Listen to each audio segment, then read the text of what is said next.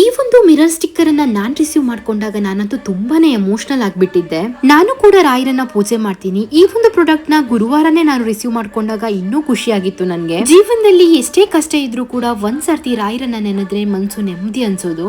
ಹೊರಗಡೆ ಕೆಲ್ಸಕ್ಕೆ ಅಂತ ಹೋದಾಗ ಅಥವಾ ವಾಪಸ್ ಮನೆಗ್ ಬಂದಾಗ ತಲೆಯಲ್ಲಿ ಅದೆಷ್ಟೋ ಟೆನ್ಷನ್ ಗಳಿರುತ್ತೆ. ಮನೆ ಮೇಂಡೋರ್ಗೆ ಈ ಒಂದು ಮಿರರ್ ಸ್ಟಿಕ್ಕರ್ ಅನ್ನ ಹಚ್ಚಿದ್ರೆ ಮನೆಗ್ ವಾಪಸ್ ಬಂದಾಗ ಈ ಸ್ಟಿಕ್ಕರ್ ಅನ್ನ ಒಂದ್ ಸರ್ತಿ ಕಣ್ ಹಾಯಿಸಿದ್ರು ಸಾಕು ಮನ್ಸು ನಿರಾಳ ಆಗುತ್ತೆ ಅನ್ನುವಂತಹ ನಂಬಿಕೆ ನನ್ಗೆ.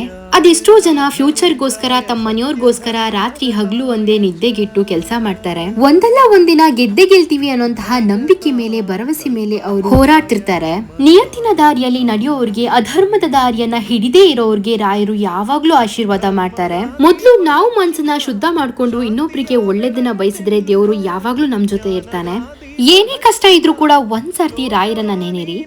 ರಾಯರಿದ್ದಾರೆ, ರಾಯರಿದ್ದಾರೆ, ರಾಯರಿದ್ದಾರೆ.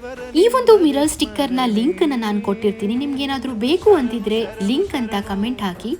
ನಿಮ್ಮ ಲಿಂಕ್ ಇನ್ಬಾಕ್ಸಿಗೆ ಬರುತ್ತೆ, ಅದ್ರ ಥ್ರೂನೇ ಪರ್ಚೇಸ್ ಮಾಡ್ಕೊಳ್ಬಹುದು. ರಾಯರಿದ್ದಾರೆ.